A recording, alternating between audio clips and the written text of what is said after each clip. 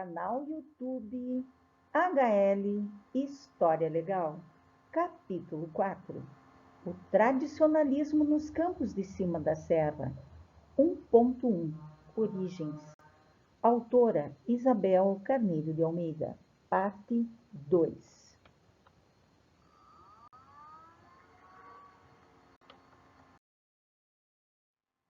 Sumário. Vídeo inicial: listagem dos patrões do CTG Porteira do Rio Grande e primeiras prendas. 3. Linha do tempo, sintética. 4. Entrevista com o patrão do CTG atual, Rubem Antônio dos Santos Filho. 5. Bibliografia. 6. Agradecimento. 7. Créditos. YouTube HL História Legal. Trazemos mais um vídeo para vocês. Terra de maragatos e pica-paus. Campos de cima da serra. Cenário da Guerra dos Farrapos. Temos aqui um personagem muito interessante, que é o personagem Bento Gonçalves. Quem era esse homem, considerado um dos líderes da Guerra dos Farrapos? Um dos líderes, né? Vamos ver quem era, na real, Bento Gonçalves. Nascido em 23 de setembro, Bento Gonçalves da Silva, em Bom Jesus do Triunfo. Bento vence seu primeiro duelo em 1806. Como oficial, participa da primeira campanha do Uruguai, 1811. Em 1814, residindo em Cerro Largo, Uruguai, casa-se com Caetana Garcia. 1816, tropas luso-brasileiras ocupam novamente o Uruguai. Bento combate como capitão de guerrilhas. 1816, tropas luso-brasileiras ocupam novamente o Uruguai. Bento combate como capitão de guerrilhas. 1820, o Uruguai é incorporado ao Brasil como província cisplatina. 1825, após a Batalha de Sarandi, Bento é promovido coronel. 1828, definitiva independência do Uruguai. 1831, abdicação de Dom Pedro I. 1834, acusado de tramar a separação do Rio Grande, Bento defende-se no Rio de Janeiro. Por sua sugestão, é nomeado para presidente da província o Dr. Antônio Rodrigues Fernandes Braga. 12 de agosto, a regência publica o ato adicional que cria assembleias em todas as províncias. 24 de outubro, passeata liberal em Porto Alegre que termina em conflito. 1835, na abertura dos trabalhos da Assembleia Provincial. Em 22 de abril, Fernandes Bragas faz violentas acusações a Bento. 20 de setembro, combate da Ponte da Zenha, deflagra a Revolução Farroupilha. Os rebeldes tomam Porto Alegre. 22 de outubro, Fernandes Braga, que estava refugiado na cidade do Rio Grande, embarca para o Rio de Janeiro. 5 de dezembro, chega ao Rio Grande José de Araújo Ribeiro, novo presidente, mas é impedido de tomar posse. 1836, os legalistas tomam Porto Alegre. Bento Gonçalves cai prisioneiro na Batalha da Ilha do Fanfa. Bento, Onofre, Pires, Zambecari, Corte Real e Pedro Boticário seguem presos para as fortalezas do Rio de Janeiro. Setembro, nos campos de Seival, Antônio de Souza Neto obtém grande vitória e proclama a República Rio-Grandense. 6 de novembro, Bento Gonçalves é eleito presidente da República. Assume em seu lugar Gomes Jardim. Corte Real e Onofre Pires fogem da prisão em 1837. Bento é transferido para a Bahia. Giuseppe Garibaldi adere à Revolução. Em 1837, 10 de setembro, Bento foge do Forte do Mar com auxílio da maçonaria. Olha só, entra aqui a história da maçonaria. 16 de dezembro, Bento assume a presidência da República de Piratini. 1838, 30 de abril, retomada de Rio Pardo. 11 de maio, ataque frustrado dos Farroupilhas a Porto Alegre. Agosto, Bento Gonçalves lança seu mais famoso manifesto, onde estão bem claras as ideias republicanas. A capital republicana é transferida para Caçapava. Canabarro e Garibaldi proclamam em Laguna a República Juliana. O governo imperial recupera Laguna. Julho, Bento ataca São José do Norte, mas acaba se retirando. 1841, Garibaldi refugia-se no Uruguai. 1842, o Barão de Caxias chega ao sul para combater os republicanos. 1843, assassínio de Paulino da Fontoura. Bento acusado do crime. Renuncia à presidência ao comando do exército. Duelo entre Bento Gonçalves e Onofre Pires. Onofre morre 3 dias depois. 27 de fevereiro de 1845. É assinada a paz em Poncho Verde. Canabarro representa os rebeldes. Bento, doente, não comparece. 18 de julho, em Pedras Brancas, morre Bento Gonçalves, em 1847. Bom, esses são alguns detalhes, né, da vida de Bento Gonçalves, que é um dos personagens do livro A Casa das Sete Mulheres, que nós colocamos para vocês antes. Muito bem. O que a Guerra dos Farrapos tem a ver com a cultura tradicionalista gaúcha? Muito, porque a Guerra dos Farrapos foi promovida pelos estancieiros do Rio Grande do Sul, produtores de carne, ou seja, os pecuaristas. Por que eles fizeram? Qual foi o objetivo dessa guerra? Era separar o Rio Grande do Sul do restante do Brasil, porque se sentiram injustiçados.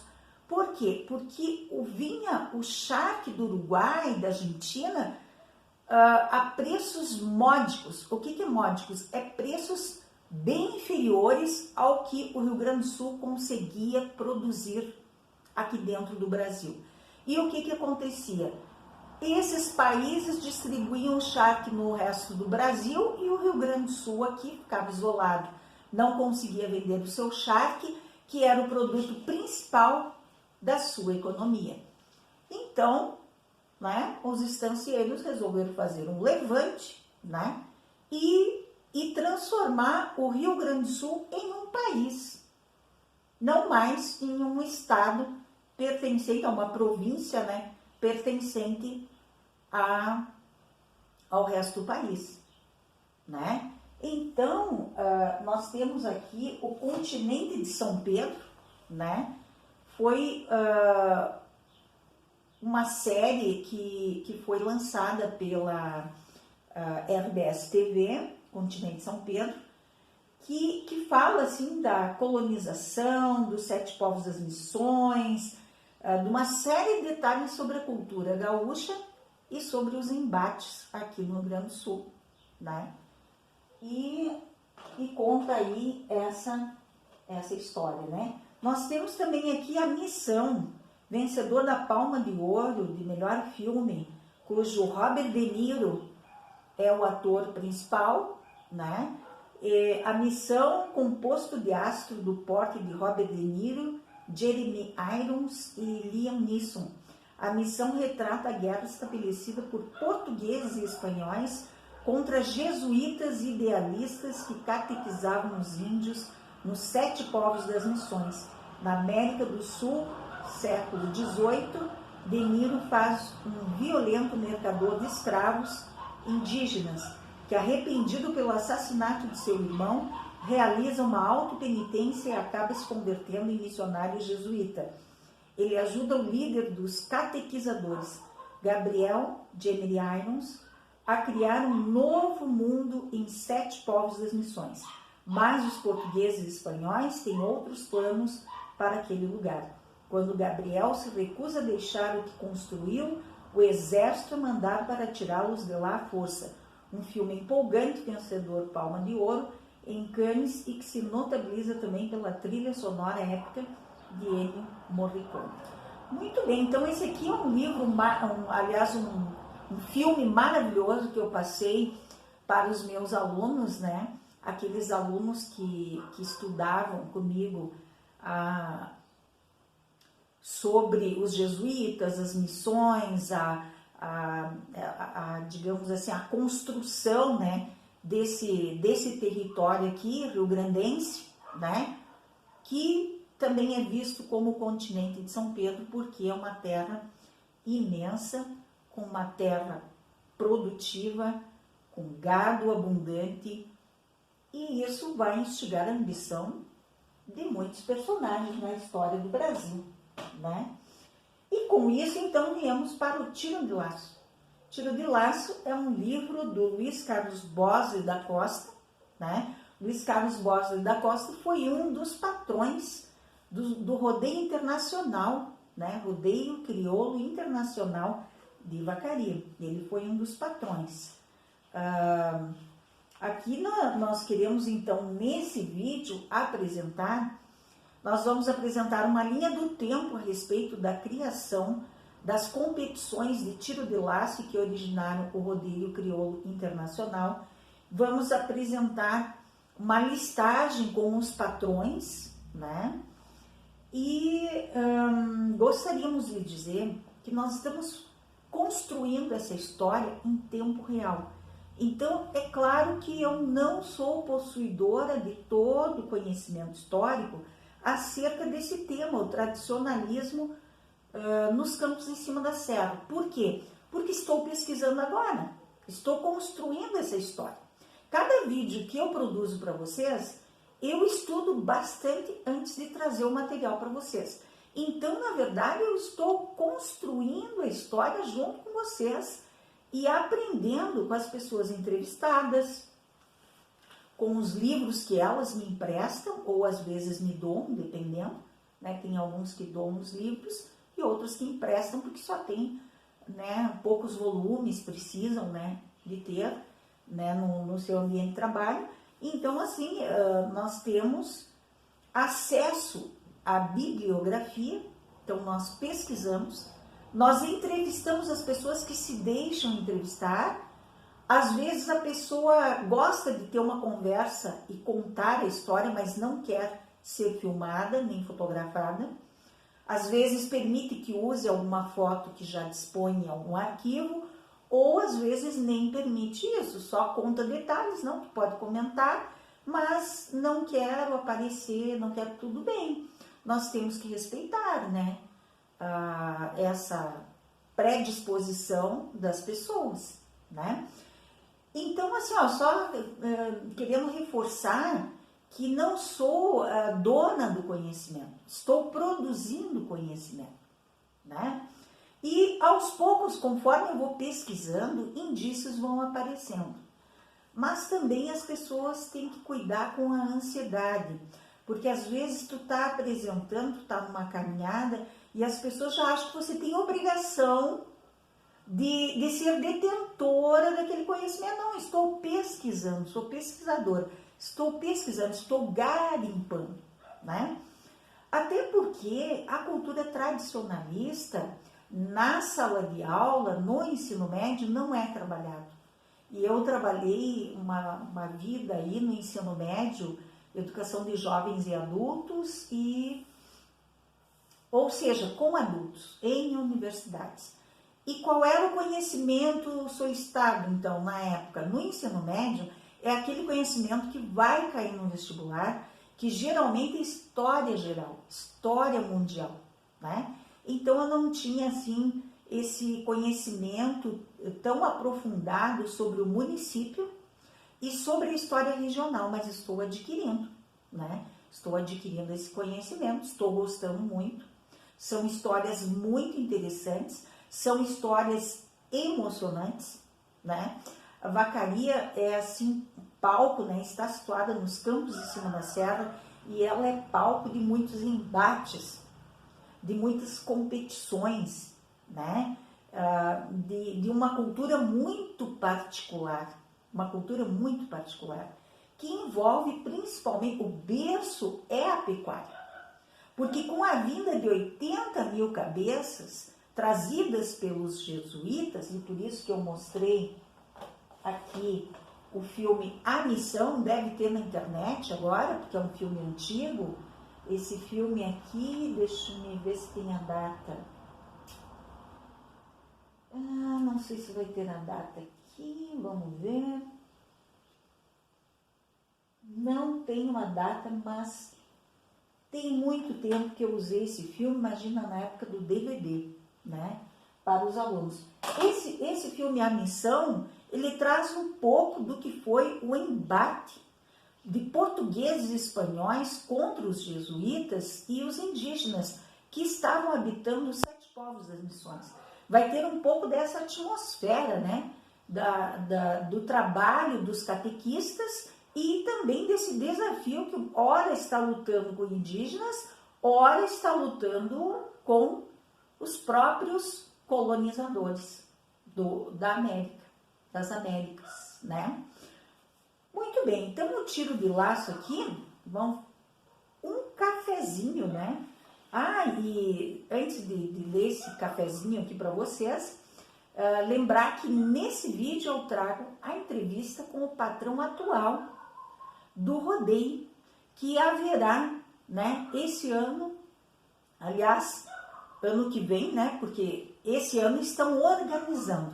Aí no início do ano que vem tem o 35º Rodeio Internacional de Vacaria.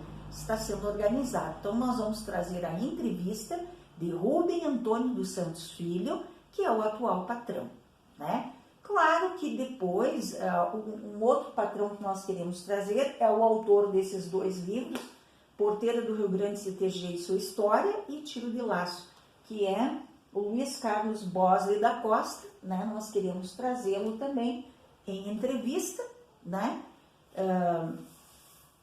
E se assim for possível, né? Nós havíamos tratado, mas ainda não o procurei para realizar a entrevista, se tudo der certo, né?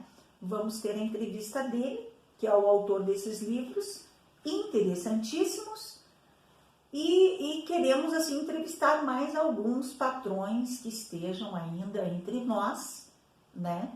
E que queiram trazer esse conhecimento, né? Todos serão bem-vindos e espero que aqueles que a gente consiga ir ao encontro, que essa pessoa abra as portas, né, da sua casa, da sua vida, para contar para nós o que é a sua experiência no rodeio crioulo internacional de Vacaria, que é um acontecimento fantástico, né?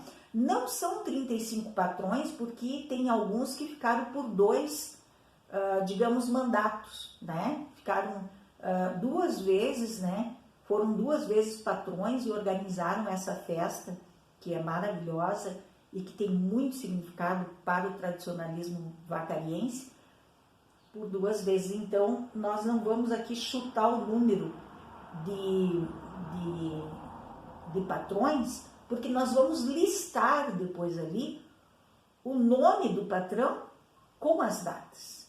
Então, nesse material, vocês vão ter a listagem com o nome dos patrões e as datas, vão ter a linha do tempo da criação do Rodeio Crioulo Internacional e do CTG Porteira do Rio Grande, e vão ter também a entrevista do atual patrão do Rodeio Internacional de Vacaria. Muito bem, nosso cafezinho aqui para encerrar esse vídeo inicial. Ao trazer à luz escritos de Alfredo José dos Santos, queremos transmitir ao mundo tradicionalista e a todas as pessoas que de um modo ou de outro estão ligadas ao acontecimento folclórico e tradicional, como se deu o início dos tiros de laço, que se materializaram nos nossos rodeios. Com base e fundamentos nos manuscritos, é que desenvolvemos o presente trabalho. Então, o presente trabalho do Luiz Carlos Bosley da Costa é com base em manuscritos. O livro aqui, Tiro de Laço, tá? Manuscritos do Alfredo José dos Santos, tá? Então, com base nesse fundamento, né, levamos ao conhecimento de todos os motivos e fatos que desencadearam a clarividência da ideia de fazer uma brincadeira só por farra, usando uma atividade econômica, que é a criação de gado. Transformá-la num momento lúdico, num passatempo. Então, aqui, né, ele cita clarividência, é um termo espírita, de Allan Kardec, né? Clarividência, esse é um termo bem chave, né, do espiritismo. E ele usa aqui, né, que parece que a pessoa teve, então, o que ele quer dizer? Parece que ela teve que ela foi, como é que eu vou dizer, teve uma ideia genial, uma inspiração. Parece que a pessoa que teve a ideia da primeira brincadeira, só por uma farra, parece que ela teve uma inspiração, assim, que aquilo ia se transformar numa coisa gigantesca, numa coisa internacional, um acontecimento internacional, como o rodeio crioulo internacional de vacaria se transformou. E começou com uma simples brincadeira entre amigos, né? Os escritos produzidos há 44 anos num exame superficial, comparados com os traços gráficos da assinatura de Alfredo José dos Santos em documento público, levam a crer numa verossimilhança. Muito bem, então isso foi um verdadeiro presente, né? Olha só, os primórdios. Toda pesquisa que gira em torno de um fato histórico, seja ele atual, seja ele de um passado recente, sempre há que retornar ao começo de tudo, em vista do assunto de que trata esse texto. Também teremos que retroceder na história. Por isso, desenvolveremos com base no trinômio homem, cavalo, boi. É importantíssimo esse trinômio, né? Homem, cavalo e boi. É o relacionamento entre o ser humano com dois animais, né? O cavalo e o boi, que fazem parte do seu cotidiano do trabalho, aqui nos campos de cima da serra. E em grande parte do estado do Rio Grande do Sul, Santa Catarina, Paraná, inclusive. E até eu arriscaria dizer em muitos locais do Brasil, né? A gente sabe que atualmente, né, a criação de gado se expandiu para muitas outras paragens, né? E aqui no Rio Grande do Sul, inclusive, a pecuária reduziu e aumentou o agronegócio, que é mais a plantação, né, de diversas coisas. Mas isso é uma outra história. Então, fiquem com essa instigante história que contaremos em mais esse vídeo do canal YouTube HL História Legal. Um canal que está comprometido com a verdade. Não esqueça de se inscrever no meu canal, ativar o sininho para as notificações e curtir. E permita que esse canal continue a existir aqui nos campos de cima da serra. Do regional para o universal. Do extremo sul no Brasil para o extremo norte, para o centro, para o coração do nosso planeta. Fiquem então com esse vídeo maravilhoso sobre o tradicionalismo nos campos de cima da serra. Um abraço gaúcho a todos vocês! Listagem dos patrões do CTG Porteira do Rio Grande, primeira prenda, Rodeio Crioulo Internacional de Vacaria, Rio Grande do Sul. Então, nessa tabela, nós trazemos para vocês os patrões, o patrão da campeira e as primeiras prendas. O que nós devemos perceber nessa tabela é que nem sempre teve rodeio. Houveram percalços, as pessoas tinham que organizar melhor o CTG, as canchas, tudo, né? Toda uma estrutura que está sendo montada, né? Então, nem sempre, né? Às vezes, por um motivo ou por outro, não houve rodeio. Mas, com certeza, cada administração teve o seu papel na organização e na solidificação dessa entidade. Nesse vídeo não estarão aparecendo os nomes das esposas dos patrões, mas nos próximos vídeos mostraremos. Então, como a história é bastante grande, né? A história do CTG Porteira do Rio Grande, do Rodeio Crioulo Internacional, na própria tabela aqui, muitos dados, não cabem todos, e o vídeo fica muito longo, trazendo todos os detalhes. Então, a cada vídeo nós traremos mais detalhes sobre os rodeios crioulos, que atualmente são internacionais, né? Mas que no início não eram internacionais.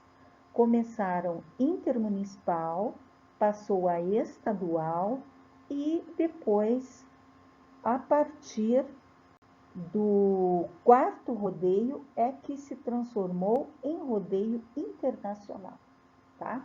É que foi considerado, a partir do quarto rodeio, ele foi considerado internacional em 1962, que o patrão é Onésimo Carneiro Duarte. Mas então, vamos à nominata, as datas e alguns detalhes que surgem com essa nominata, certo? Então, primeiro patrão, 1954 a 1955, Dorival Guazelli. Segundo patrão, 1956 a 1957, Eluar Guazelli. Terceiro patrão, 1958 a 1959, Getúlio Marcantoni. Nos dois primeiros, não teve rodeio. Na terceira gestão, vai ter o primeiro e o segundo rodeio. O primeiro rodeio intermunicipal e o segundo rodeio já é considerado estadual. A primeira prenda, Alba Fontoura Mariano da Rocha, ela seria primeira prenda no primeiro, segundo e no terceiro rodeio. Ela foi, né? Foi primeiro, segundo, terceiro rodeio, a mesma primeira prenda, Alba Fontoura Mariano da Rocha. Então, representou a entidade, né, nos três primeiros rodeios. O quarto patrão, 1959 a 1960, Venceslau Ferreira Filho, foi quem fez o terceiro rodeio estadual daí. O patrão da campeira, até aqui não tinha patrão da campeira, agora tem o patrão da campeira, que é João Otávio Ferreira, que é o patrão da campeira, quando Venceslau Ferreira Filho é o patrão. Eles promovem o terceiro rodeio, que então é o último rodeio em que a senhorita Alba Fontoura Mariano da Rocha foi primeira prenda. As primeiras prendas nós sempre iremos nos referir como senhoritas, porque na época, com certeza, eram senhoritas, não eram casadas, né? Pelo que consta, a primeira prenda é uma moça solteira que ela participa de um concurso muito bem elaborado, onde é avaliado não somente sua beleza física, do seu cabelo, e a sua postura e a sua vestimenta, mas também é muito mais avaliado o seu conhecimento a respeito das tradições gaúchas. Então, a primeira prenda ela tem que estudar bastante para ser escolhida como primeira prenda. É feita uma verdadeira sabatina com as primeiras prendas durante o concurso e vence o melhor conjunto da obra, né? Corpo, cabelo, rosto, mas o conhecimento sobre a tradição é determinante. Muito bem. O quarto patrão, então, Venceslau Ferreira Filho, promoveu o terceiro rodeio. O quinto patrão, 1961 a 1962, Sebastião Peixoto. Nesse não houve rodeio. Sexto patrão, 1962 ao 1963, Onésimo Carneiro Duarte. Ele promoveu o quarto rodeio internacional em 1962. E o patrão da campeira no quarto rodeio foi João Otávio Ferreira, sendo que a primeira prenda de 61 a 62, junto com Sebastião Peixoto, a Ironita Lorde Bueno representou a entidade. Não houve rodeio. No quarto rodeio, a Iris Pinotti foi escolhida a primeira prenda e representou a entidade no quarto rodeio, juntamente com João Otávio Ferreira na campeira e Onésimo Carneiro Duarte como patrão do CTG. Sétimo patrão, 1963 ao 1964, Flávio Guazelli. Nesse também não teve rodeio. Oitavo patrão, 1964 a 1965, Bento Teles de Abreu, que promoveu o quinto rodeio internacional. Então percebam que ele passou a ser internacional a partir do quarto rodeio em 1962, cujo patrão era Onésimo Carneiro Duarte. O quinto rodeio internacional, promovido por Bento Teles de Abreu, teve o patrão da campeira Joaquim Ferreira e como primeira prenda do quinto rodeio, Aneli Biazus.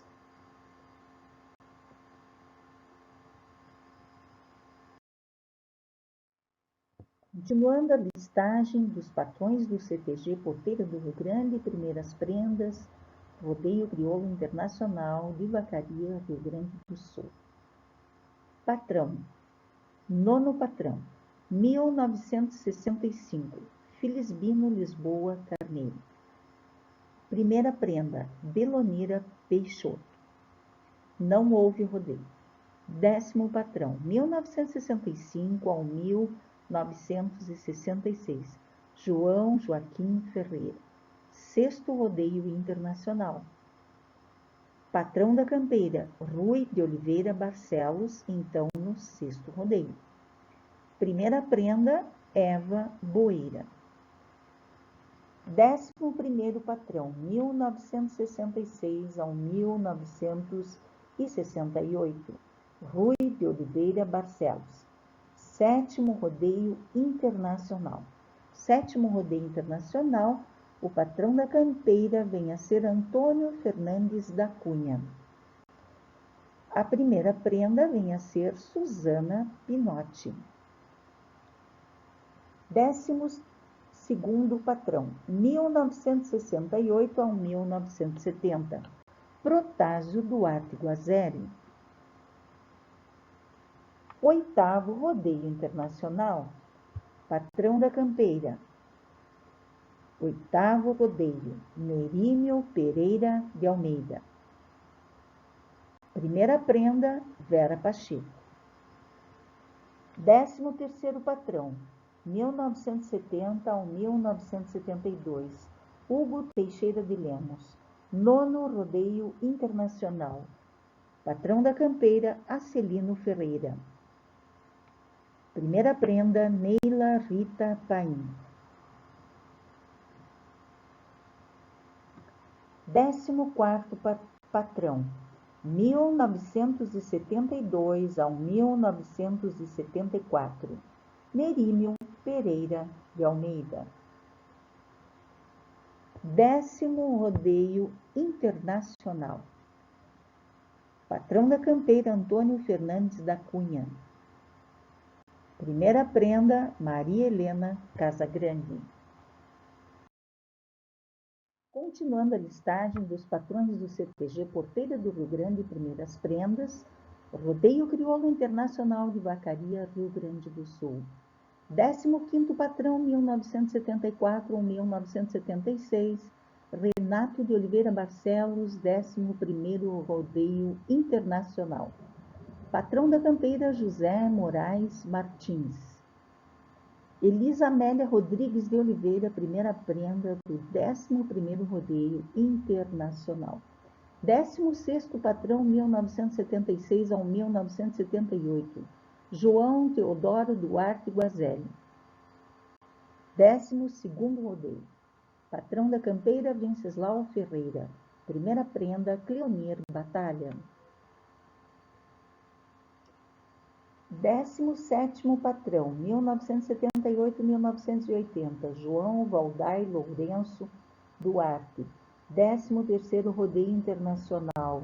Patrão da campeira, Jorge Luiz Bueno Guanini. Primeira prenda, Anaída de Fátima Bueno Guerreiro. 18º patrão, 1980 ao 1982, João Valdai Permanece. Lourenço Duarte. 14º Rodeio Internacional. Patrão da campeira, Belardo Borges da Silva. Andréia Zambuja Boamar, primeira prenda do 14º Rodeio Internacional. 19º patrão, 1982 a 1984, Firmino Antônio Jacques Branco. 15º Rodeio Internacional. Vamos lembrar desse personagem aqui com um certo carinho, né, já que ele está em todas as facetas, né, da cidade, nós encontramos esse personagem, Firmino Antônio Jacques Branco. Foi aquela pessoa que doou o terreno onde hoje está construída a Escola Estadual de Ensino Fundamental Ione Campos dos Santos. Foi aquele personagem que foi o melhor amigo do Armito Pereira dos Santos, do frigorífico vacariense, e na época da construção emprestou dinheiro a juros módicos para o senhor Armito Pereira dos Santos.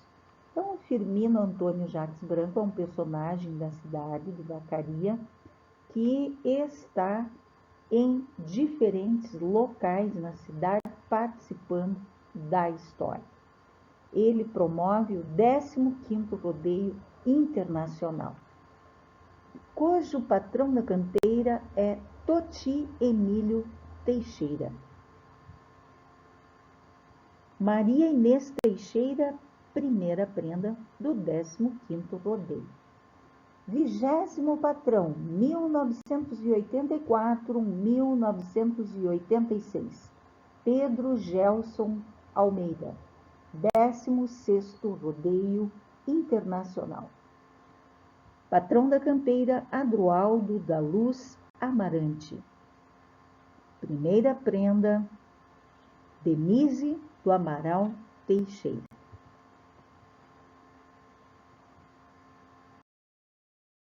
Dando continuidade a esta tabela, 21º patrão, 1986 ao 1988, Percy de Almeida Guerreiro. 17º Rodeio Internacional. Patrão da campeira, Getúlio Ferreira Michelin. Primeira prenda, Maria Amália Paim. 22º patrão, 1988 ao 1990, Flávio Guazelli.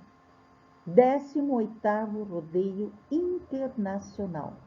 18º Rodeio Internacional tem como patrão da campeira Adroaldo da Luz Amarante.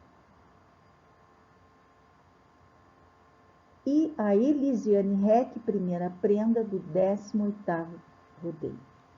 23º patrão, 1990 a 1992, Nilson Benedino Silveira Hoffmann. 19º rodeio internacional. Patrão da campeira, Pedro Gelson Peone. Primeira prenda, Cassiana Silveira Graff. 24º patrão, 1992 ao 1994, Nilson Benedino Silveira Hoffmann. 20º rodeio internacional. Patrão da campeira, Pedro Gelson Peone. Primeira prenda, Alessandra Vieira Pegorini. 25º patrão, 1994-1996, Luiz Carlos Bosley da Costa. 21º rodeio internacional. Patrão da campeira, Teófilo T. de Lemos Neto. Primeira prenda, Juliana Paim Lovato. 26º patrão, 1996 ao 1998, Luiz Cláudio Vieira. 22º rodeio internacional. Luiz Alfredo Horn Júnior, patrão da campeira.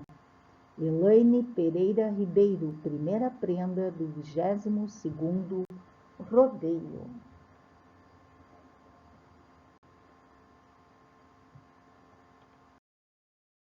Prosseguimento, a listagem dos patrões. 27º patrão, 1998 a 2000, Emiliano Silon Silveira.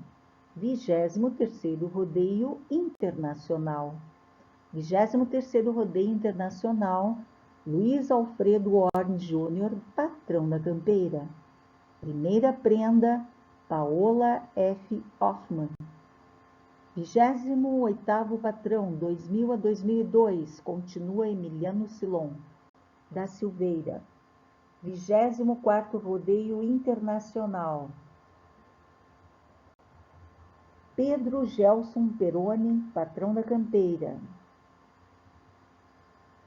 Nayane C. Jordão, primeira prenda. 29º patrão, 2002 a 2004, permanece Emiliano Silon Silveira. 25º rodeio internacional. Ayrton Olibone, patrão da campeira. Damares B. Neri, primeira prenda do 25º rodeio internacional. 30º patrão, 2004 a 2006, Adroaldo Chales de Vargas. 26º rodeio internacional. Patrão da campeira, Ayrton Olibone Carvalho. Carina Roveda Boeira. 26º rodeio, primeira prenda. 31º patrão, 2006 a 2008, Adroaldo Chales de Vargas. Permanece. 27º rodeio internacional. Patrão da campeira, Ayrton Olibone Carvalho. Permanece. Primeira prenda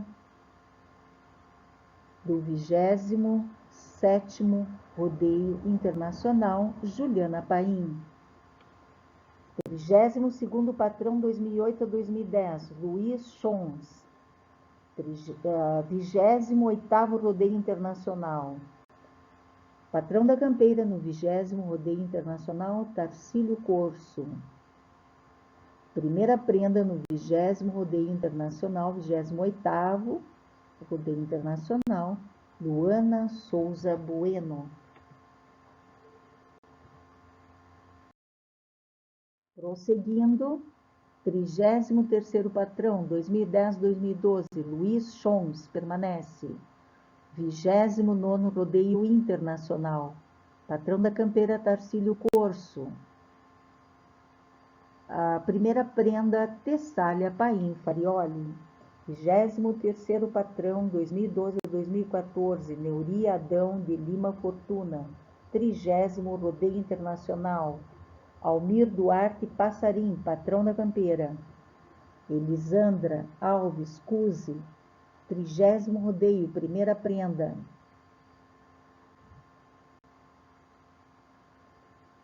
34º patrão 2014 a 2016, Neuri Adão de Lima Fortuna. 31º Rodeio Internacional, patrão da campeira Elvio Guanini Rossi. Milena de Souza Boeira, primeira prenda do 31º Rodeio Internacional. 35º patrão 2016 a 2018, Luiz Carlos Bosley. 32º Rodeio Internacional, patrão da campeira Clodoaldo Rezende. Primeira prenda Jéssica Oliveira Maciel. 36º patrão 2018 a 2020, Elvio Guanini Rossi. 33º Rodeio Internacional, patrão da campeira Jefferson Araldi de Camargo. Daniele Almeida Lisboa, primeira prenda do 33º Rodeio. 37º patrão 2020 a 2022. 34º Rodeio Internacional. Pandemia.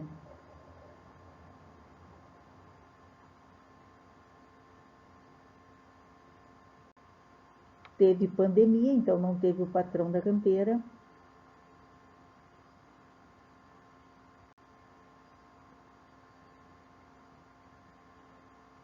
E também não temos aqui a primeira prenda do 34º rodeio. 38º patrão 2022 a 2024, Rubem Antônio dos Santos Filho. Lembrando, neto de Sesostre Santos, fundador do tabelionato e personagem que empresta o gado para os rodeios. Depois deixa essa tradição para o seu filho, Rubem Antônio dos Santos, que passa também a tradição a Rubem Antônio dos Santos Filho, que é o atual patrão do CTG. Então, o Rubem Antônio dos Santos Filho, atual patrão do CTG, com o qual nós mostraremos uma entrevista logo em seguida, ele vem de uma tradição de pessoas que são atuantes no tradicionalismo gaúcho. Ele também é afilhado de Nerímio Pereira de Almeida, né? E também sobrinho neto de Nerímio Pereira de Almeida. 35º Rodeio Internacional será realizado em fevereiro de 2024. Patrão da campeira Jefferson Araldi de Camargo e primeira prenda Júlia Mariana Schuster de Souza. Primeira prenda do 35º Rodeio Crioulo Internacional de Vacaria, Rio Grande do Sul, Brasil.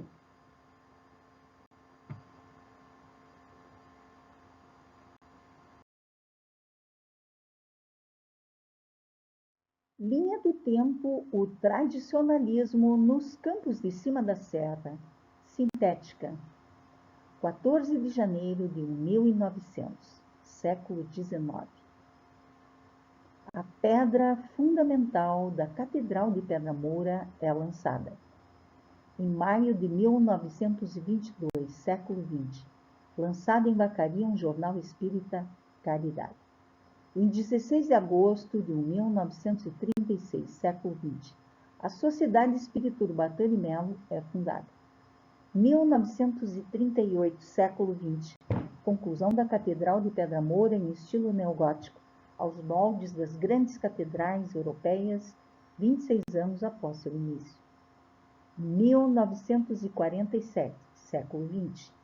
Inicia o movimento tradicionalista na capital do Rio Grande do Sul, por jovens gaúchos vindos do interior para estudar. 3 de fevereiro de 1948, século XX. Registro número 126, Sociedade Espírita Urubatã de Melo, consegue a sua filiação à FERGS. Então, aqui nós estamos mostrando alguns acontecimentos na cidade, mesclando com os acontecimentos no tradicionalismo gaúcho e que vai culminar também aqui em Vacaria, para a gente se localizar no tempo e espaço. Então, é sempre bom a gente colocar alguns acontecimentos fora do tema que estamos tratando para se localizar no tempo e espaço.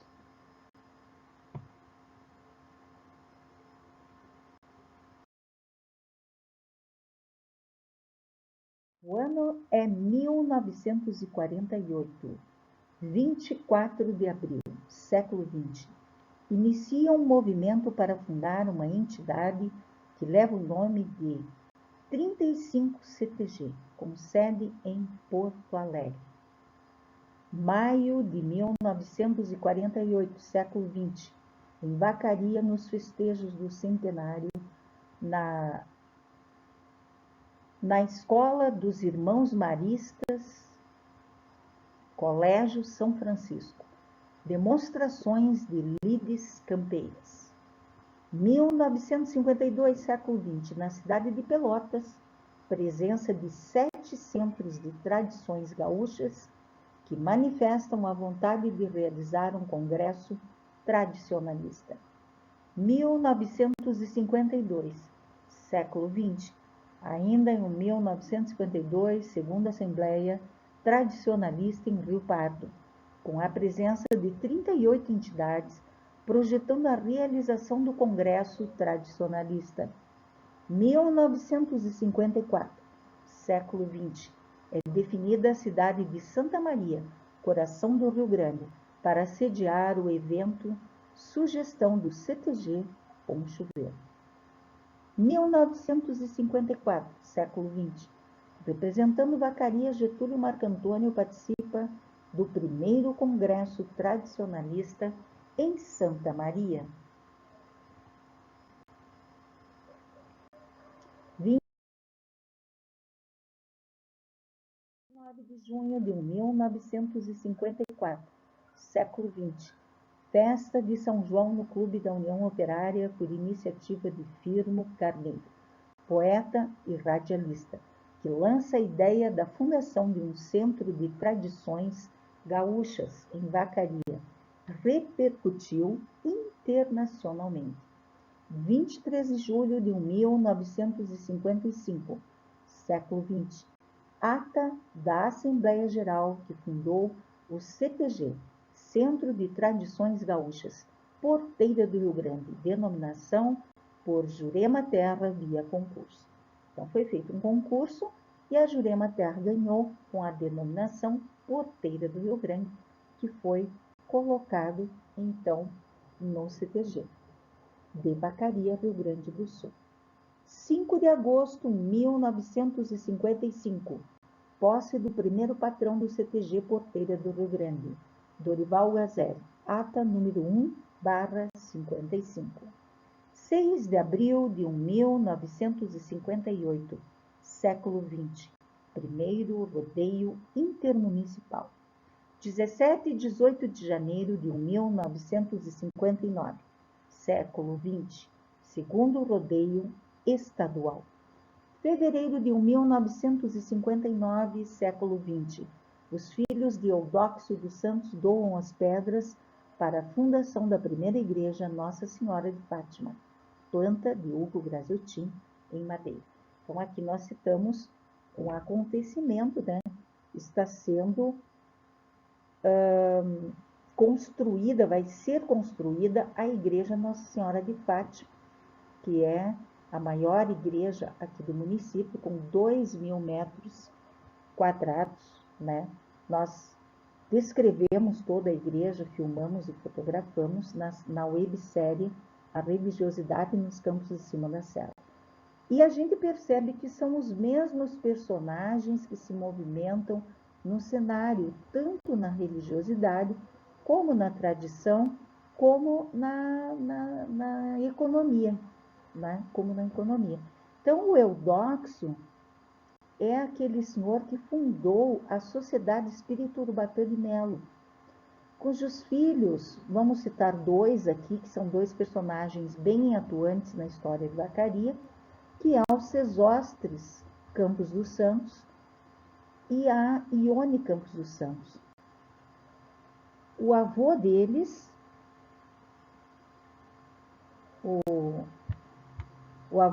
era Júlio Campos, que construiu uma casa na Ramiro Barcelos, que é demonstrado na websérie A Religiosidade nos Campos de Cima da Serra, nos episódios da Sociedade Espírita Urubatã de Melo. Então, ele construiu a casa na rua que era chamada Rua do Vinagre, onde hoje é a Ramiro Barcelos, e a casa está ali até hoje, muito bem construída. Júlio Campos era o avô de Sesostres Campos dos Santos. O Eudóxio dos Santos vem a ser o pai de Sesostres Campos dos Santos. Sesostres, então, doou as pedras para a fundação da igreja Nossa Senhora de Fátima, juntamente com seus irmãos, né? E também ele é atuante na tradição, no tradicionalismo, Sesostres, emprestando gado para a realização dos rodeios, né? Nos rodeios. Ele vai passar essa tradição para o filho dele, Rubem Antônio dos Santos, e o Rubem Antônio dos Santos vai passar essa tradição para o neto do Sesostres Campos dos Santos, que vem a ser o Rubem Antônio dos Santos Filho, que é o atual patrão do CTG e que vai nos fornecer uma entrevista. Então, por que nós entrevistamos em primeiro lugar o patrão atual? Nós entrevistamos em primeiro lugar o patrão atual porque veio na carona da história que está sendo contada na websérie A Religiosidade nos Campos de Cima da Serra, sobre a Sociedade Espírita Urubatã de Melo, que foi quando entrou essa família Campos dos Santos na história, e a partir dali ela começou a aparecer em outros detalhes, aqui no tradicionalismo também, né? Então, é por isso que nós fizemos a primeira entrevista com o Rubem Antônio dos Santos Filho, porque ele vem de uma tradição de pessoas, ele é jovem atualmente, mas a linhagem da família dele se dedicou ao tradicionalismo, emprestando gado principalmente, né? E sem o gado a gente sabe que não tem rodeio, né? Então, só para salientar. Muito bem, então a gente está mesclando na linha do tempo os fatos, né, do CTG Porteira do Rio Grande com os fatos que aconteciam aqui em Vacaria.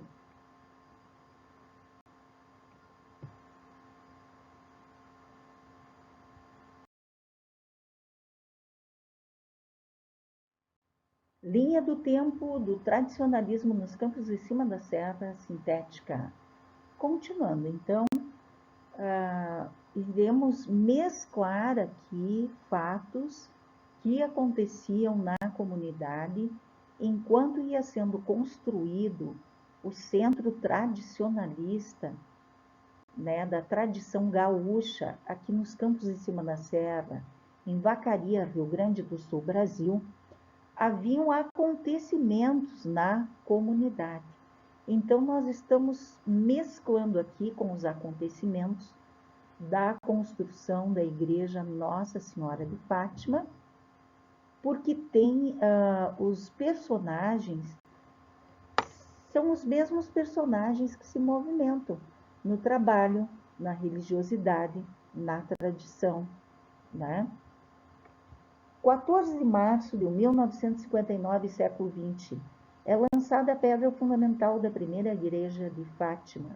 19 de fevereiro de 1960, século XX, terceiro rodeio estadual.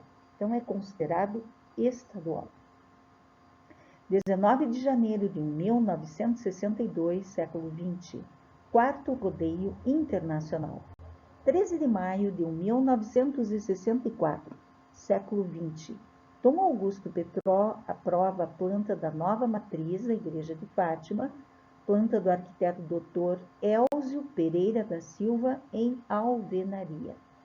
11 de outubro de 1970, século XX, inauguração da nova matriz Nossa Senhora de Fátima. 10 de janeiro de 1972, 10º rodeio internacional, promovido pelo patrão Nerímio Pereira de Almeida. 14 a 18 de janeiro de 1976, século XX, 11º rodeio internacional. 25 de janeiro de 1976, século XX, apenas alguns dias após o rodeio, 11º rodeio internacional ocorrer, o senhor Frei Lauro Reginato assume a matriz da Igreja Nossa Senhora de Fátima. Então, eu gostaria de comentar aqui com vocês, segundo o autor do livro, Frei Vanildo Luiz Zugno, Frades Menores Capuchinhos no Rio Grande do Sul, 1896-2021. O Frei Zugno, conversando em Porto Alegre com o Frei, ele me contou que a nossa igreja, Nossa Senhora de Fátima, aqui de Vacaria, é a única igreja no mundo a ser comandada pelos freis capuchinhos. Então, eu penso assim que é algo muito interessante, né? Comentar isso com vocês, que as igrejas católicas não são comandadas normalmente por freis capuchinhos. Devido a fatos que ocorreram aqui em nossa cidade, os freis capuchinhos acabaram adquirindo o comando dessa imensa igreja de 2.000 metros quadrados. Eu descrevo toda a igreja Nossa Senhora de Fátima e conto a sua história na série A Religiosidade nos Campos de Cima da Serra, no subcapítulo A Igreja Nossa Senhora de Fátima. Então, aqui nós encerramos a linha do tempo, né? A gente foi até 76, que se tem uma boa ideia de como foi criado, né, o CTG Porteira do Rio Grande, aqui nos Campos de Cima da Serra, e como surgiu o rodeio internacional de Vacaria.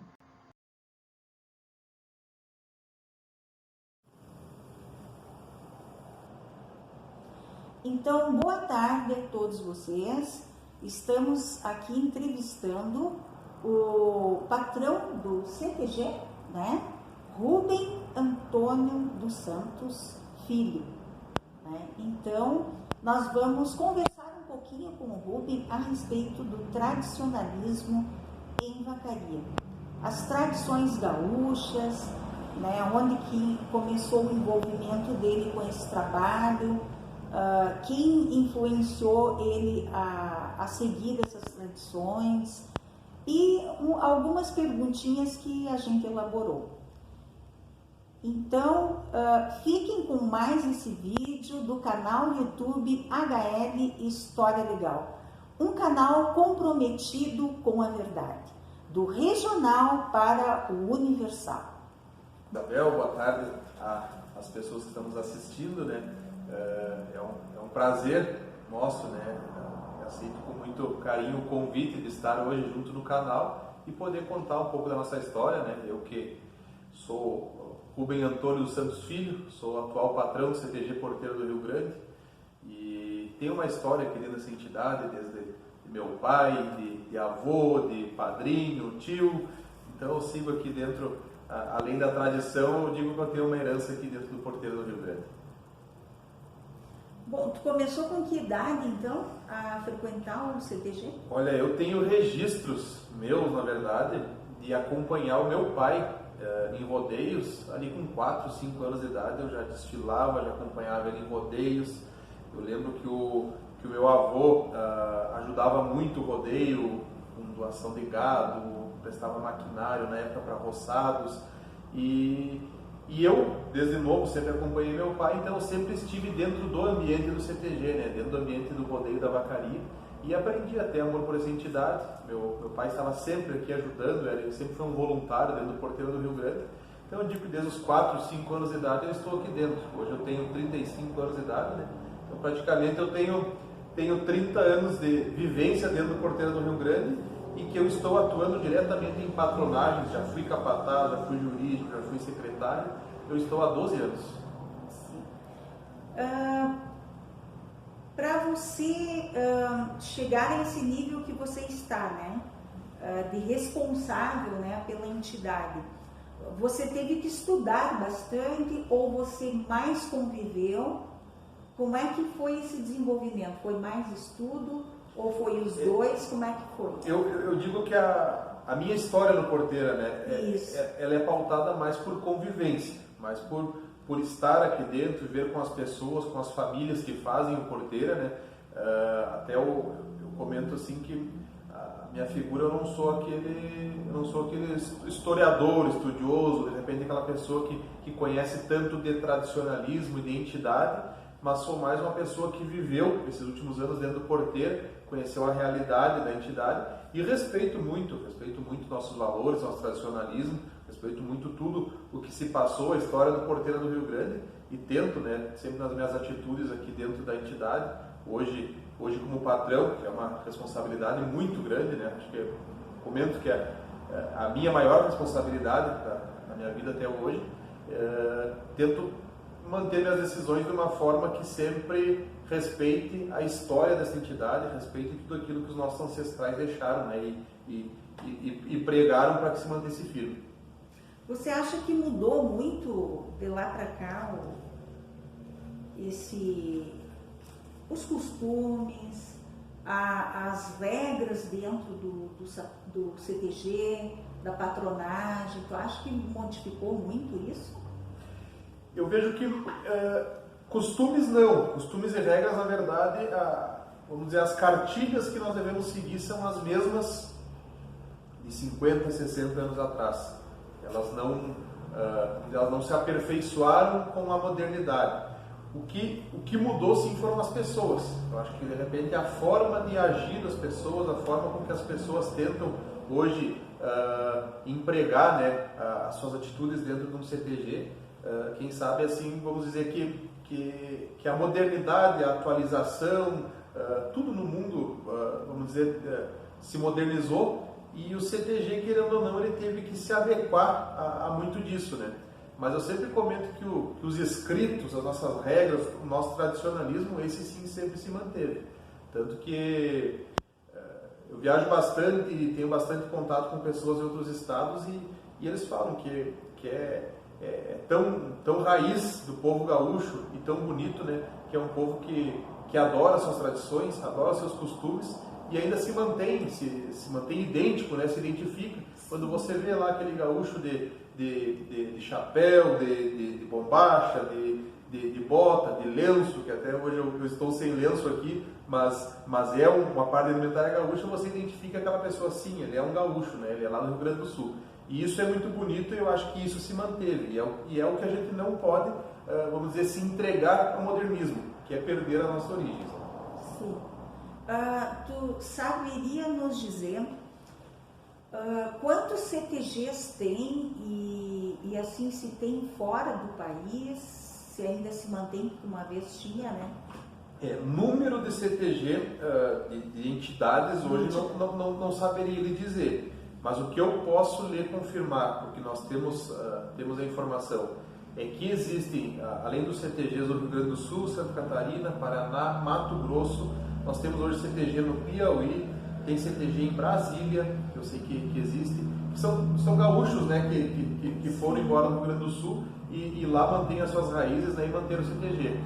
e tinha uma informação, mas não sei se hoje ele ainda existe ou não, que existia um CTG nos Estados Unidos.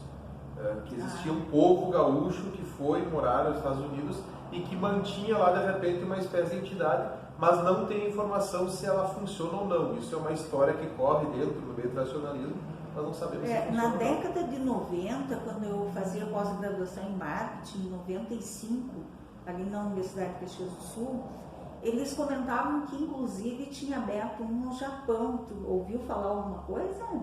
Não, o Japão até não ouvi. Eu ouvi Estados Unidos, eu ouvi CTG não fica muito longe, mas no Uruguai, na Argentina. Então, esses a gente... No Uruguai, na Argentina, já é bem mais próximo, né? Exatamente, já fica mais próximo. E é uma cultura próxima nossa, né? Ela não é tão distante, né? Não, com certeza, pela colonização, né? Exato. Que a deles é espanhola e o Rio Grande do Sul também foi. Né? O Rio Grande do Sul foi uma terra que foi negociada, foi guerrilhada e foi negociada, vamos por assim, né? Tanto que se chama, né? Hoje existem lá, rodeios é muito forte a cultura da gineteada, né? Principalmente no Uruguai. Então eles chamam, né, o gaúcho, né? Nós somos um gaúcho e lá eles chamam o gaúcho, né? Isso. Então quando a gente fala, os nossos irmãos, né, argentinos, nossos irmãos uruguaios, paraguaios, porque de fato existe pela história aí uma afinidade muito grande, né, de com cultura. Com certeza, tem muita, principalmente a vacaria tem muito da cultura espanhola, né? Eu te pergunto assim, você teve algum convívio com o 10º patrão do CTG, que foi o Nerímio Pereira de Almeida? Nerímio Pereira de Almeida, patrão em 76. Isso. Deixou muitas conquistas dentro do CTG Porto Rio Grande. Ele tem uma história muito forte aqui dentro. E digo, na construção, tanto moral quanto material do CTG, do Parque de Rodeios, ele tem uma história muito bonita. E o tio Nerímio, né? Eu chamo ele tio Nerímio. Eu convivi muito tempo com ele meu padrinho de batismo, e meu pai queria muito bem ele, se aconselhava muito com o tio Nerímio. Então é uma pessoa que eu convivi muito com ele, com a tia Liliosa, que é viva até hoje, né? Minha madrinha, e ia muito na casa deles, ia lá tomar café, tomar mate com ele, ouvi muitas histórias, ia lá para o Morro Grande, para o sítio com ele. Então é uma pessoa que convivi, sim. Inclusive, um dos motivos que eu estou hoje dentro do Porteiro do Rio Grande e que eu também quis chegar a patrão é por ter essa história trilhada por ele aqui dentro da entidade. Eu não sabia ao certo se você teria essa influência, né? Porque os anos vão passando, né? E você seria a 3ª geração, é isso? 3ª geração, né? Porque exatamente. O tio Nerímio seria como se fosse teu tio-avô, né? Tio-avô, ele é irmão da minha avó, da Sueli. Isso. Então já é a 3ª geração. A do teu pai seria a 2ª, né? A do pai é a 2ª. E a dele, então, 1ª, 2ª, 3ª sua, né? Exatamente. Então você chegou a conviver, chegou a ter essa influência? Tive sim, acompanhei ele muito, convivi muito com ele, era uma pessoa que frequentemente eu ia na casa dele, sabia da história dele como patrão do CTG. Inclusive eu tenho a lembrança sempre do entrar na sala da casa dele. Você entra na sala da casa dele, ele tem vários retratos antigos da época que ele foi patrão. Inclusive tem uma foto muito bonita, ele e a tia Lilhosa atravessando a cancha da ferradura, a cancha cheia, sim, no meio da cancha. Tem essa foto lá. Então, de vez em quando eu costumo frequentá-la também. Né? Quando eu era criança, quando eu morava em Caxias, às vezes eu vinha passar férias com eles, né? Naquela casa que tinha na Santos Dumont. Exatamente. Né? E eu te pergunto assim, ele tem um acervo lá, né, que eu acredito que até por uma certa moral teria que vir para cá, para o CTG. Né? Ele tem... eu gostaria de saber se há interesse do CTG, né, porque eu também não posso dizer, tem um interesse pessoal, talvez haja, mas há interesse do CTG em receber esse material? Com certeza, eu digo assim que todo material que represente a história do Porteiro do Rio Grande, ele é muito valoroso para nós. Tanto que o CTG hoje trata com muito carinho, né? Aqui pela filmagem você vê o Profeta atrás de mim, em toda a volta que tem troféu. Pequeno e por isso está bem cheinha. Né? Conta a história de conquistas do Porteiro do Rio Grande. E nós temos um museu do Porteiro do Rio Grande, temos um acervo histórico do Porteiro do Rio Grande. Então, tudo aquilo que vem a contar e fortalecer a nossa história, sempre com certeza é bem-vindo e será bem cuidado da entidade. Sim. Assim, ó, eu tenho um projeto para museu e arquivo histórico em Vacaria, que seria para um museu bem maior, né? Eu gostaria de saber a tua visão quanto a ter um museu de porte em Vacaria, né? Que conseguisse guardar a memória, né, dos campos em cima da selva, porque Vacaria é considerada a rainha do Planalto, né? É até capa de livro do livro José Fernandes de Oliveira, que é um livro muito respeitado, né? Eu vejo que seria muito interessante e é necessário sim um museu, até a gente falando em história, né?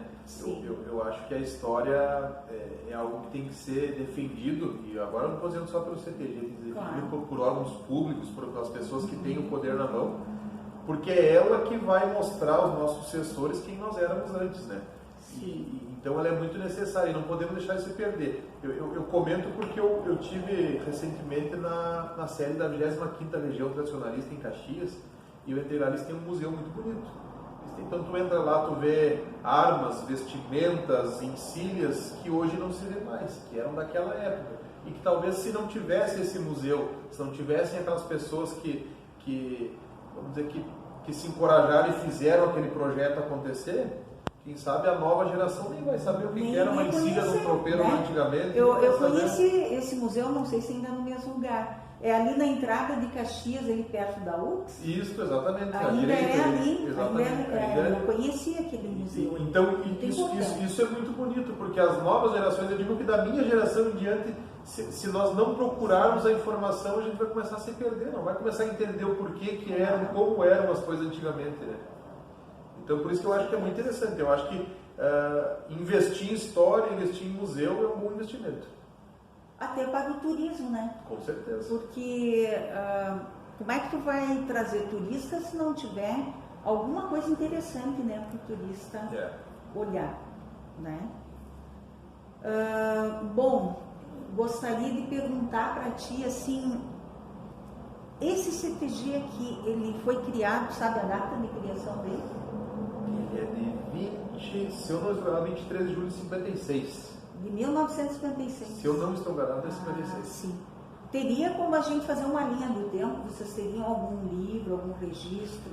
Existe hoje um livro. Até nós Pode temos, ser emprestado até. Nós temos em acervo. Pode ser emprestado e eu devolvo. Nós temos em acervo ele é escrito pelo Dr. Luiz Carlos Bosa da Costa, que é o antigo patrão. Já ouvi falar. E ele conta a história do CTG. Nós temos esse livro em acervo e podemos com certeza conseguir. Então eu vou pedir emprestado para poder montar um bom material.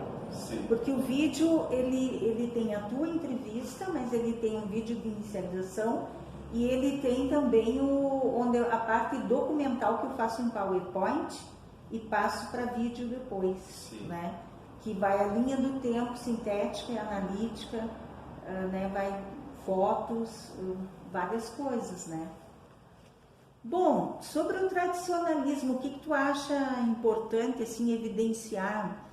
Na época do Nerinho, eu me lembro que ele falou que ele ajudou a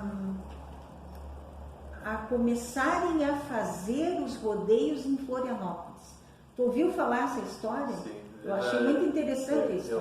É uma coincidência. Eu tive agora em maio no Rodeio dos Praianos, que ele é em São José, Santa Catarina. Isso. É ao lado de Florianópolis. Isso. E aí eu chegando lá, conversando com os antigos patrões, lá com o pessoal, fomos descobrir que o primeiro Rodeio dos Praianos, ele aconteceu por uma ajuda do CTG Porteiro do Rio Grande.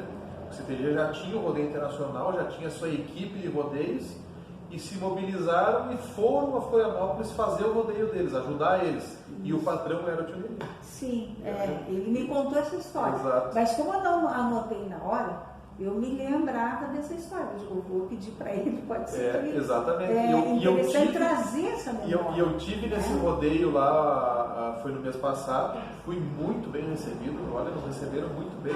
Inclusive até para a abertura oficial fui convidado, usei palavras e tudo. E eles têm um respeito muito grande, eles sempre nos visitam aqui em Vacaria, no Rodeio Internacional. E tem essa história, até eu brinquei com eles lá que nós somos irmãos, né, os dois CTGs, porque o porteiro ajudou eles a iniciar, lá em Santa Catarina. E o rodeio aqui, tu sabe assim, qual foi o primeiro rodeio internacional, assim, qual a data? O patrão, não sei se tu lembra. Não, eu não tenho essa informação agora exatamente, porque ela é mais prolongada. No livro nós vamos conseguir. Mas a gente pode colocar pelo livro, pela linha do tempo. Pela linha do tempo. Eu gosto muito de fazer a linha do tempo, todos os vídeos eu tenho feito a linha do tempo daquilo que eu estou fazendo. Nesse livro ele vai contar desde o primeiro rodeio até, acredito que o 31º, mais ou menos, vai ter todos os patrões, datas, exatamente como ele ocorreu. E como ele é uma história longa, né, do porteiro, então ele é muito bonito. Sim. Tem questão até de campeões também no livro. Sim. Não, bem interessante mesmo. Bom, então eu não sei se tu gostaria de fazer um convite, de repente, para as pessoas participarem agora do rodeio, do próximo Com certeza, rodeio. Aproveitar agora, 22 de junho nós estamos lançando a programação do rodeio, lançando oficialmente o rodeio, vamos lançar cartaz, vamos lançar a música do rodeio, toda a programação, e desde já convido a todas as pessoas de Vacaria, todas as pessoas que adoram o tradicionalismo e que admiram, que venham ao rodeio da Vacaria, de 3 a 11 de fevereiro de 2024. Nós estamos desde já trabalhando com bastante empenho, com bastante entusiasmo, para fazer uma grande festa para o tradicionalismo. Vai ser a primeira após a pandemia? A primeira após a pandemia. Então vai ser muito especial, né? Nós esperamos aí já em torno de 500 mil pessoas que passem por esse evento, né? Então, e tenho certeza que ela tem um sabor especial por ser o retorno. O retorno, né? É o uma retorno tradição, do rodeio da Vacaria. Ele vai completar 4 anos, né? Sem rodeio de Vacaria. Que estava sem. E quantos anos faz que tem o rodeio, então? Ele é 35º rodeio agora, então a entidade vai fazer 68 anos, então tem 68 anos porque tiveram alguns rodeios que ele não foram Mas não é todo ano? De 2 em 2 anos. 2 em 2 anos. 2 em 2 anos. Então se tem 38 anos, divide por 2, é isso? 68, tem 68 anos a entidade. Então tem 30 e... Mas nós estamos fazendo o 30º, vamos fazer o 35º. 35º, então são 35 rodeios. 35 rodeios. A 34ª edição, na verdade, foi cancelada pela pandemia, né? Ela não saiu. Então nós estamos pulando o 33º para o 35º. Então não usa aquele 34 e fica aquele fato histórico. O 34 nós deixamos como um fato da história. Nós não quisemos fazer, na verdade, o 34º agora, para que a história não se apagasse a existência da pandemia. Para que lá daqui 40, 50 anos, quando vissem os quadros CTG, soubessem, o 34º foi uma edição que foi lançada, mas não ocorreu pela pandemia. E chegou a ser lançado, tinha cartaz? Tinha, ele não tinha cartaz, ele tinha só um convite, mas ele chegou a ser lançado, data e tudo mais, e não saiu pela pandemia. Que pena, né? Nossa, então assim, se a gente parar para pensar, né, a quantidade de bailes, festividades, tudo isso envolvia muita gente. Muita gente. Então imagina 500 mil pessoas numa pandemia, não tem como, né? A higienização. Não tinha segurança sanitária para fazer esse evento. Não tinha segurança sanitária, exatamente. Então é isso. Então, posso finalizar? Tu quer dizer mais alguma coisa? Não, agradeço o convite de coração, fico à disposição sempre. Espero poder, dentro da nosso humilde conhecimento da identidade, poder ter ajudado. Não, mas ajudou bastante. Então aqui nós, eu acredito que é a primeira entrevista, né? Eu não vou dizer que é a última aqui com o Rubem, porque como a gente vai iniciar o websérie, o tradicionalismo, nos campos de cima da serra, então eu vou deixar em aberto, porque provavelmente nós vamos ter que voltar, né? Estudando ali o livro, a história do CTG, provavelmente a gente vai querer alguns esclarecimentos, ou após o rodeio, né, alguma coisa assim, ou durante o rodeio. Então, nós vamos dizer que essa é a primeira entrevista com o patrão atual do CTG, né, Rubem Antônio dos Santos Filho, né? Muito bem. Então, uma boa tarde para todos vocês do canal YouTube HL História Legal, do regional para o universal. Um canal que é comprometido com a verdade. Bibliografia. 7º Encontro dos Municípios Originários de Santo Antônio da Patrulha. Barbosa, Fidelis Dalcin, Costa, Luiz Carlos Borges Vidal, Pacheco, Kleber José, em Raízes de Vacaria, Este, Porto Alegre, Rio Grande do Sul, 1996. Página 35, 36, 339, 340 a 345. Porteira do Rio Grande, CTG e sua história. Costa, Luiz Carlos Borges Vidal, Corag, Porto Alegre, Rio Grande do Sul, 2016, página 15 a 279. Tiro de laço, origem e função cultural do rodeio crioulo. Costa, Luiz Carlos Borges Vidal, Lorigraf, Esmeralda, Rio Grande do Sul, 2012, página 16 a 19.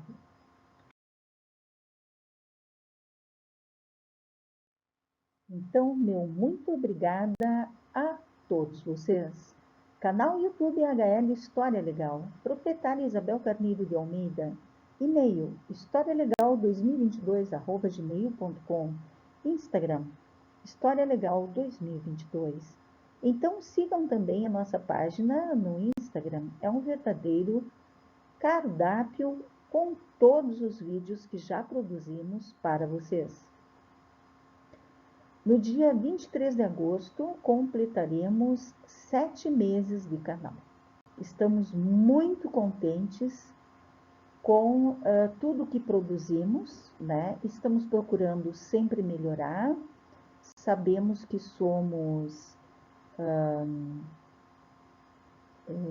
não somos profissionais em fazer vídeo, né?